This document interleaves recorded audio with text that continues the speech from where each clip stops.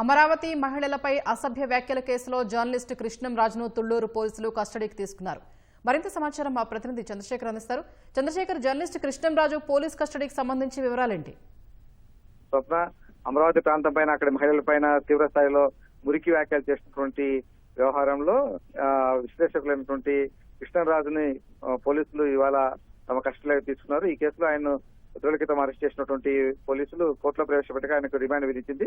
గుంటూరు జిల్లా జైల్లో రిమాండ్ ఖైదీగా ఉన్నటువంటి కృష్ణంరాజును విచారించాలని చెప్పేసి పోలీసులు మంగళగిరి కోర్టులో పిటిషన్ వేయగా మంగళగిరి న్యాయస్థానం ఆ విచారణకు అనుమతించింది. దాంతో 3 రోజుల పాటు విచారణకు కోర్టు అనుమతించడంతో తుళ్లూరు పోలీసులు ఇవాళ కృష్ణంరాజును గుంటూరు జిల్లా జైలు వద్ద తమ కస్టడీలోకి తీసుకున్నారు. ఆయన ముందుగా గుంటూరు జీజీహెచ్కు తరలించి అక్కడ వైద్య పరీక్షలు చేశారు. సాధారణ వైద్య పరీక్షలు నిర్వహించగా ఆయన ఆరోగ్యంగానే ఉన్నట్టు వైద్యులు నివేదిక ఇచ్చారు. వైద్యులు నివేదిక ఇచ్చిన అనంతరం కొద్దిసేపు క్రితమే కృష్ణంరాజును పోలీసులు తుళ్లూరు తరలించారు. తుళ్లూరు పోలీస్ స్టేషన్ లో అయితే ఆయన విచారించాల్సిండగా అక్కడ భద్రతాపరమైన కారణాలు ఎందుకంటే రాజధాని ప్రాంత మహిళలు కృష్ణంరాజు చేసినటువంటి వ్యాఖ్యలపైన తీవ్ర ఆగ్రహంతో ఉన్నారు కాబట్టి అక్కడికి పోలీస్ స్టేషన్ దగ్గరికి వచ్చి వారు ఏమైనా ఆందోళనకు దిగుతారని చెప్పేసినటువంటి ఉద్దేశంతో పోలీసులు వెలగపూడి సమీపంలో ఉన్నటువంటి ట్రాఫిక్ పోలీస్ స్టేషన్ లో విచారణ జరపాలని చెప్పేసి నిర్ణయించారు. అందుకే ఆయన కృష్ణంరాజును గుంటూరు జీజీహెచ్ నుంచి నేరుగా వెలగపూడి సమీపంలో ఉన్నటువంటి సచివాలయం ఎదురుగా ఉన్నటువంటి ఆ ట్రాఫిక్ పోలీస్ స్టేషన్ కు తీసుకెళ్తున్నారు. అక్కడే 3 రోజుల పాటు కృష్ణంరాజును పోలీసులు విచారించున్నారు. ప్రధానంగా కృష్ణంరాజు చేసినటువంటి వ్యాఖ్యల వెనక ఎవరున్నారు, ఆయన ఏ ఉద్దేశంతో ఈ వ్యాఖ్యలు చేశారు, దీని వెనక ఏమైనా కుట్ర దాగి ఉందా? ఎందుకంటే పదే ఆయన రాజధాని ప్రాంతం పైన విమర్శలు చేస్తూ ఉన్నారు కాబట్టి ఇదంతా ఏదైనా ఒక ప్రణాళికాబద్ధంగా పడినటువంటి కుట్ర అనేటువంటి కోణంలో కూడా పోలీసులు కృష్ణంరాజును విచారించున్నారు. 3 రోజుల పాటు జరిగినటువంటి విచారణకు సంబంధించి ప్రత్యేకమైనటువంటి ప్రశ్నావళిని కూడా పోలీసులు ఇప్పటికే సిద్ధం చేసుకున్నారు. ఆ ప్రశ్నావళి ప్రకారం కృష్ణంరాజు నుంచి పోలీసులు సమాచారం రాబట్టున్నారు. పోలీసులు అయితే భారీ భద్రత నడుమ కృష్ణంరాజును అయితే ప్రస్తుతం తుళ్లూరు తరలిస్తున్నారు. ఇవాళ నుంచి 3 రోజుల పాటు అంటే సోమవారం ఉదయం వరకు కూడా కృష్ణంరాజును పోలీసులు విచారించి ఆయన్ను ఈ కేసుకు సంబంధించిన సమాచారాన్ని, ఈ కుట్రకు సంబంధించినటువంటి వివరాలను ఆయన నుంచి రాబట్టేందుకైతే పోలీసుల వైపు నుంచి చర్యలు తీసుకుంటూ ఉన్నారు. ధన్యవాదాలు చంద్రశేఖర్.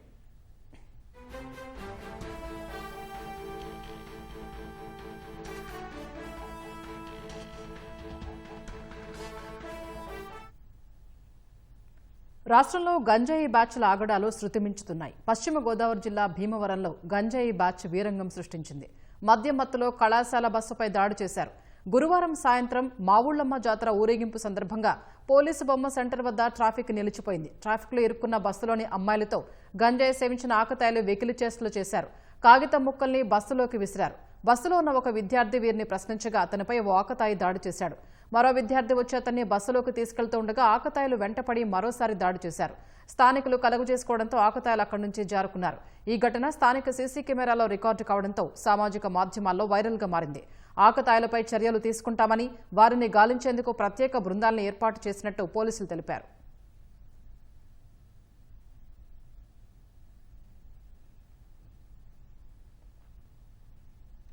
అంతర్జాతీయ యోగా దినోత్సవానికి విశాఖ సిద్దమవుతోంది. ప్రధాని మోదీ, ముఖ్యమంత్రి చంద్రబాబు, ఉప ముఖ్యమంత్రి పవన్ సాయంత్రమే విశాఖ చేరుకోనున్నారు. యోగాంధ్ర వేడుకలకు సంబంధించి ఏర్పాట్లపై మరింత సమాచారం మా ప్రతినిధి కృష్ణ ప్రత్యక్ష ప్రసారం ద్వారా అందిస్తారు. స్వప్న, అంతర్జాతీయ యోగా దినోత్సవాన్ని ప్రపంచ పటంలో నిలిపేందుకు రాష్ట్ర ప్రభుత్వం సర్వం సిద్ధమైంది.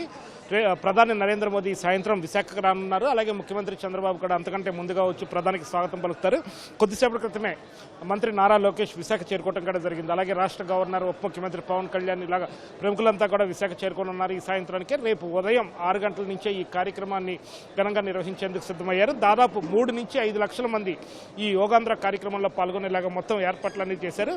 మొత్తం యోగాంధ్ర ప్రాంతం మొత్తం కవర్ అయ్యేలాగా కమాండ్ కంట్రోల్ సెంటర్ మనం చూస్తున్నాం.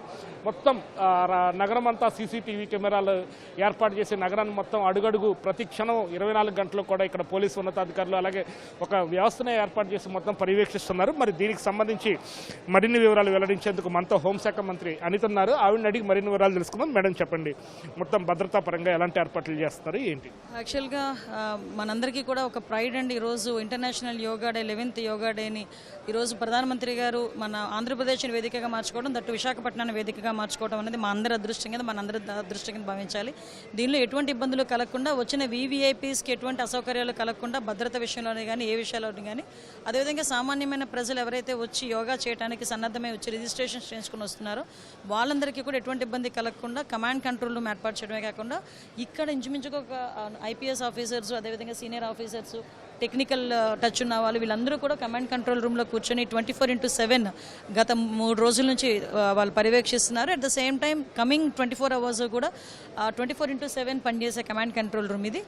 దాంతో భాగంగానే ఈరోజు ఫీల్డ్ మీద దగ్గర 9,000 మంది నుంచి 10,000 మందికి పైగా పోలీసు సిబ్బంది కూడా ప్రజల రక్షణార్థం, భద్రత దృష్ట్యా అందరూ కూడా డిప్లాయ్ అయి ఉన్నారు. ఎస్పెషల్లీ దగ్గర 9,000 బస్సులు కూడా ఈరోజు వచ్చే పరిస్థితి ఉంది. కాబట్టి ట్రాఫిక్ ఎటువంటి ఇబ్బంది కలగకుండా చూసుకునే బాధ్యత కూడా తీసుకుంటున్నాం. ఈ లాస్ట్ 2 days కూడా ఎక్కడెక్కడైతే డైవర్ట్ చేస్తున్నామో అవన్నీ కూడా ముందుగానే పోలీస్ డిపార్ట్మెంట్ వాళ్ళు ప్రజలు కూడా చెప్పడం జరిగింది. సో ఎక్కడ కూడా ఇబ్బందులు లేకుండా మనం ముందుకెళ్ళాం. వీటితో పాటు ఈ స్నేక్స్ సంబంధించి, అంటే ఒక పక్క ఒక పక్క మనకి ఫారెస్ట్ ఏరియా కూడా ఉంటుంది. ఈ 26 kilometers స్ట్రెచ్, అదేవిధంగా 326 కంపార్ట్మెంట్స్లో కూడా సీసీ కెమెరా దగ్గర 1200 సీసీ కెమెరాస్ ఏర్పాటు చేసాం. 1200 సీసీ కెమెరాలతో పాటు డ్రోన్స్ ఏర్పాటు చేసుకున్నాం. వీటితో పాటు కంప్లీట్గా మానిటర్ చేసుకుంటున్నాం, ఫిజికల్ మానిటరింగ్ చేసుకుంటున్నాం. వాళ్ళకి ఎటువంటి స్నేక్స్ దగ్గర నుంచి కూడా, చిన్న చిన్న విషపు పురుగుల దగ్గర నుంచి కూడా ఎటువంటి ఇబ్బంది రాకూడదని 3 times స్ప్రే కూడా చేసుకున్నాం. ఈవెన్ ప్రతి 5 kilometers ఒక దగ్గర ఒక మెడికల్ పాయింట్ని కూడా పెట్టుకున్నాం. అంబులెన్స్లతో పాటు, ఫైర్ ఇంజన్స్తో పాటు మెడికల్ స్టాఫ్ని కూడా రెడీగా పెట్టుకున్నాం. వాళ్ళ దగ్గర ఈవెన్ ఈ స్నేక్ బైట్కి సంబంధించిన ఇంజెక్షన్స్ని కూడా వాళ్ళ దగ్గర అవైలబిలిటీలో పెట్టుకున్నాం. సో ఎక్కడ కూడా ఇటువైపు సీ కోస్ట్ వైపు ఎవరైనా అటువైపు వెళ్ళినా ఇబ్బంది పడతారని మొత్తం స్విమ్మర్స్ని, కోస్టల్ గార్డ్ అందరినీ కూడా రెడీ పెట్టుకున్నాం. సో ఎక్కడ ఎటువంటి ఇబ్బందులు లేవు. యోగా డేకి అన్నీ కూడా సన్నద్ధమై ఉన్నాయి.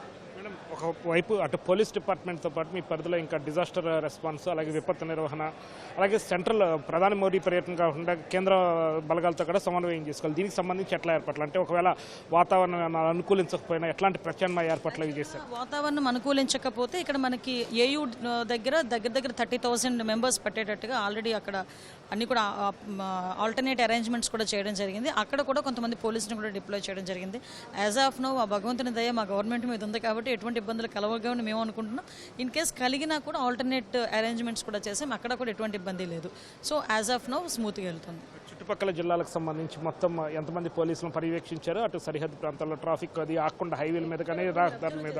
ఫస్ట్ డే ఎక్కడో చిన్న మిస్కమ్యూనికేషన్ అయింది. అందువల్ల ఒక 1 hour కొంచెం వైజాగ్ ప్రజలు ఇబ్బంది పడిన మాట వాస్తవమే. కానీ 1 hour తర్వాత ఇమీడియట్గా పోలీస్ డిపార్ట్మెంట్ వాళ్ళు, రెవెన్యూ డిపార్ట్మెంట్ వాళ్ళు అలర్ట్ అయ్యి మ్యాక్సిమం అంతా కూడా క్లియర్ చేశారు. ఈరోజు చూసుకుంటే మనకి కొంతమంది ఏంటంటే అత్యుత్సాహంగా ఏం జరుగుతుందో చూడటానికి కొంతమంది వస్తుంటారు. వాళ్ళకి కూడా ఒక విన్నపం ఏంటంటే వైజాగ్ ప్రజలకి వచ్చిన అరుదైన అవకాశం కింద మనం భావించాలి. ఈరోజు Guinness book of world record మనం తీసుకోబోతున్నాం అనుకునేటప్పుడు మనం కూడా కొంత పార్టిసిపేషన్ ఉండాలి. దానిలో చిన్న చిన్న ఇబ్బందులు ఉన్నా కూడా దయచేసి క్షమించి మాకు సహకరించాల్సిందిగా కోరుకుంటున్నా. కానీ ఎక్కడ కూడా ఎటువంటి ఇబ్బంది కలగకుండానే మేము చూసుకుంటాం. ఇంకా 24 hours ఉందండి. 24 hours కమాండ్ కంట్రోల్ రూమ్, మా పోలీస్ అందరూ కూడా ఈరోజు 24/7 వర్క్ చేస్తున్నారు. కాబట్టి ప్రజలు కూడా సహకరిస్తారు. వైజాగ్ ప్రజలు చాలా మంచి వాళ్ళు. అది విషయం. మేడం, ఈ 24 గంటలు కూడా పూర్తి అప్రమత్తంగా ఉంటూ అటు కార్యక్రమ నిర్వహణ ఏ విధంగా సాగనుంది? మినిట్ టు మినిట్ ఎట్లా ఉంది? మీకు విషయం చెప్పనండి. డిజాస్టర్ మేనేజ్మెంట్ నుంచి కూడా మ్యాక్సిమం ఎన్డీఆర్ఎఫ్, ఎస్డీఆర్ఎఫ్ టీమ్స్ కూడా వచ్చినాయి. ఎక్కడ ఏం జరుగుతుందో లైవ్ మానిటరింగ్ కూడా మాకు ఇక్కడ జరుగుతుందండి.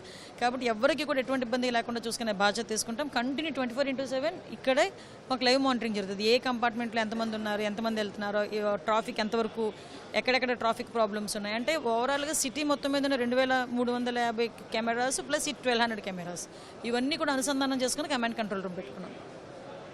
ఇది మొత్తం నగరం మొత్తం కూడా సీసీ కెమెరాల గుప్పెట్లో దాదాపు 1,500 కెమెరాలు ఏర్పాటు చేయటం, అలాగే ఏ మూల ఏ ఘటన జరిగినా సరే వెంటనే తెలుసుకుని అక్కడికి రక్షణ బృందాలను కానీ అలాగే విపత్తు నిర్వహణ బృందాలను కానీ పంపే విధంగా కూడా ఇక్కడ పోలీస్ శాఖ అనేది సర్వసన్నద్ధమైంది.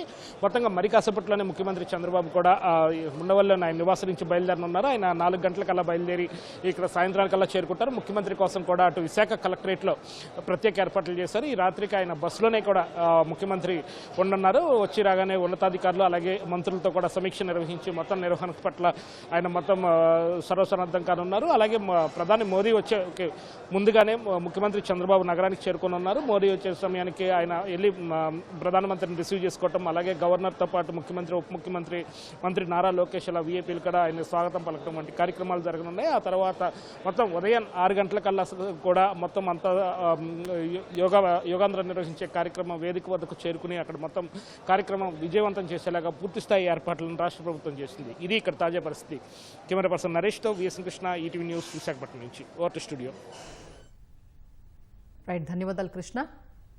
రాష్ట్ర వ్యాప్తంగా యోగాంధ్ర మాసోత్సవాలు ఘనంగా జరుగుతున్నాయి. కాకినాడ జిల్లా తునిలో మున్సిపాలిటీ ఆధ్వర్యంలో నిర్వహించిన యోగాంధ్రలో ఎమ్మెల్యే యనమల దివ్య పాల్గొన్నారు.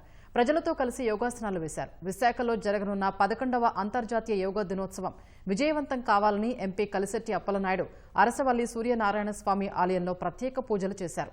అనంతరం ఆలయంలోని అనివిట్టి మండపంలో యోగాసనాలు వేశారు.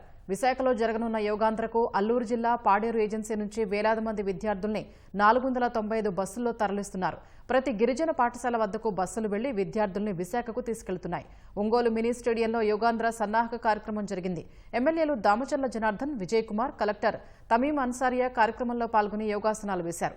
రేపు అంతర్జాతీయ యోగా దినోత్సవం సందర్భంగా కడప జిల్లా బద్వేలులోని బీవీఆర్ కళాశాలలో యోగాంధ్ర నిర్వహణకు అన్ని ఏర్పాట్లు పూర్తి చేశారు. సుమారు 5,000 మందితో యోగా చేరున్నట్లు బద్వేలు ఆర్డీఓ చంద్రమోహన్ తెలిపారు. సూర్యనారాయణ స్వామి దేవాలయానికి వచ్చి సోమవారం ఆశీర్వాదం తీసుకున్నాం.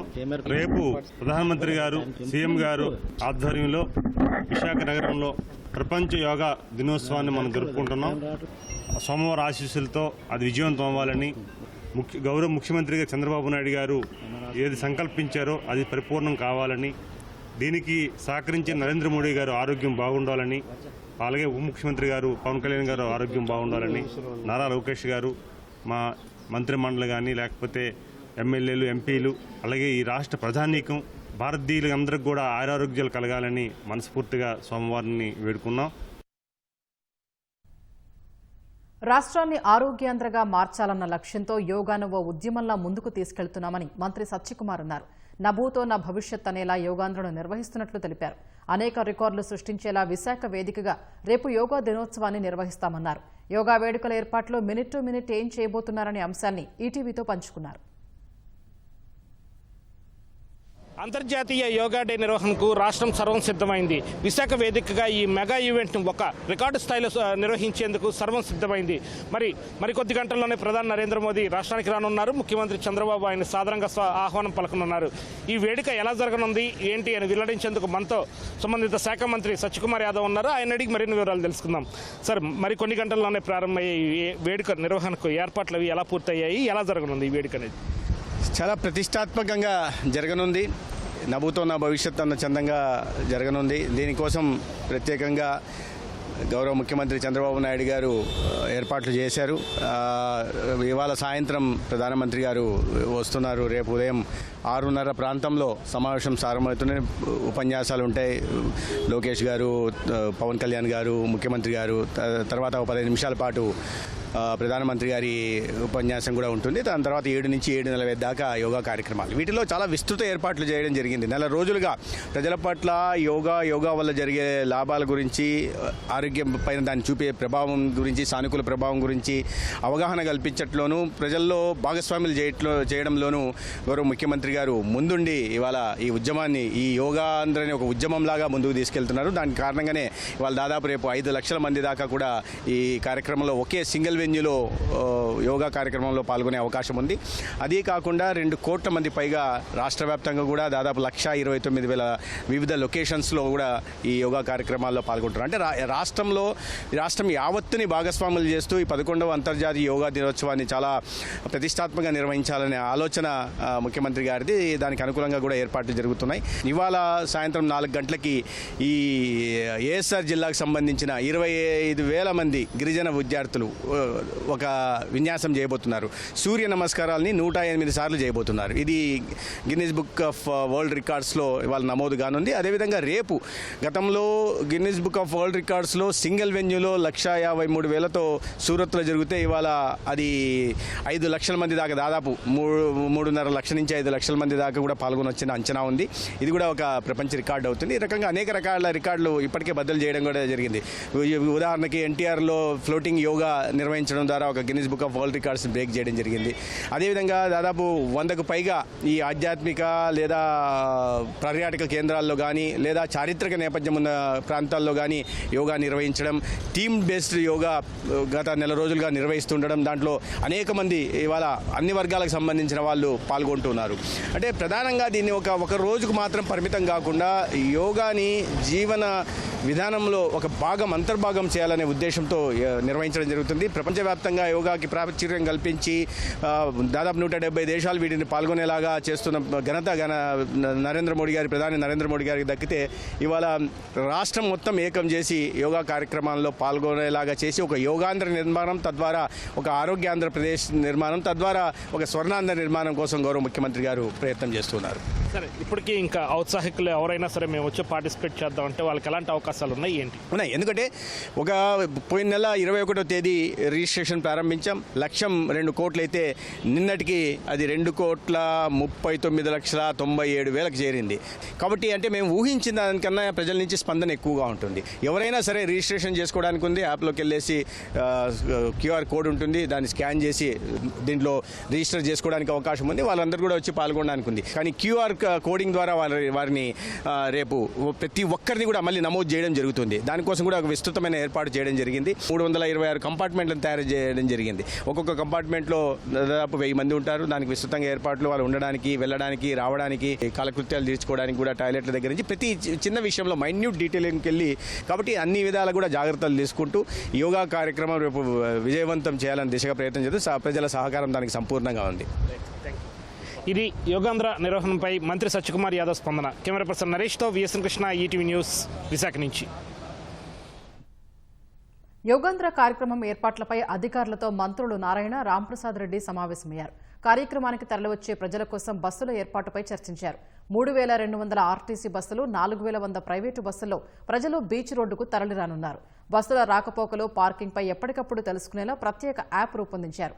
ట్రాఫిక్ ఇబ్బంది లేకుండా సురక్షితంగా వచ్చి తిరిగి వెళ్లేలా కంట్రోల్ రూమ్ నుంచి ఎప్పటికప్పుడు పర్యవేక్షిస్తున్నారు.